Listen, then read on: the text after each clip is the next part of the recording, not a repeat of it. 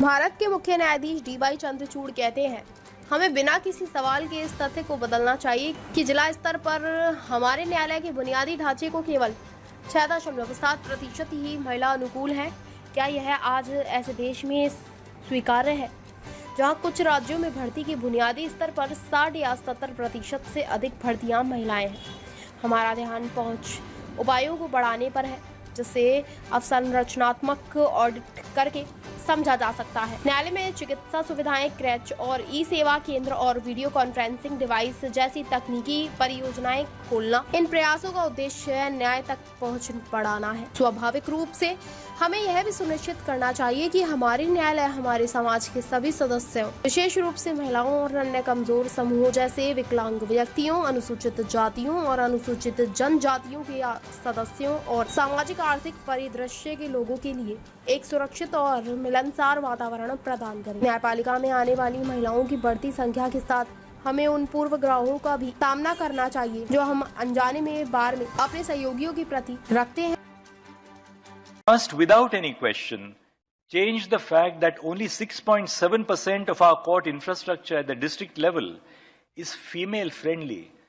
Is this acceptable today in a nation where at the basic level of recruitment in some states, over 60 or 70% of the recruits are women? Our focus areas are on increasing accessibility measures, which can be understood by carrying out infrastructural audits, opening in court medical facilities, creches, and technological projects like e-seva kendras and video conferencing devices. These endeavors aim to increase access to justice. Axiomatically, we must also ensure that our courts provide a safe and accommodating environment for all members of our society, in particularly for groups such as women and other vulnerable groups such as persons with disability, members of the scheduled castes and scheduled tribes, and people across the socio-economic landscape.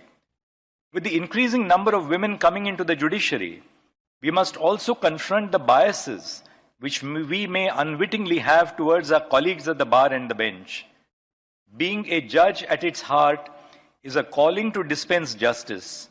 To this end, we must consciously introspect that our legal reasoning does not wield the mighty hand of the law to perpetuate existing prejudices. Inclusivity in the judiciary is a reflection of our broader commitment to equality and justice. Some key measures in this endeavor are: 1. Developing a comprehensive framework for gender equality in decision making. 2. Adopting measures to recruit, train, retain, and promote members from diverse and vulnerable groups. And 3. Monitoring the impact of gender equality initiatives. The well-being of our judges, both personal and professional, has a vital stake in the overall health of our judicial institution. Judges deal with distress, and that distress affects them mentally and physically. Addressing this issue requires us to recognize the unique stressors of judicial work, enabling a robust support system and prioritizing mental health and wellness initiatives. We must start by destigmatizing the conversation around mental health and foster an open and supportive environment for our judges to function. Judicial wellness is not a personal concern, but a democratic imperative for upholding the rule of law and maintaining public confidence. It is with that view in mind that yesterday we had one whole session developed on the lines of judicial wellness, at which the head of the government's flagship project, the Ayush Hospital at Sarita Vihar, Dr. Tanuja Nesari, gave us words of wisdom and her knowledge.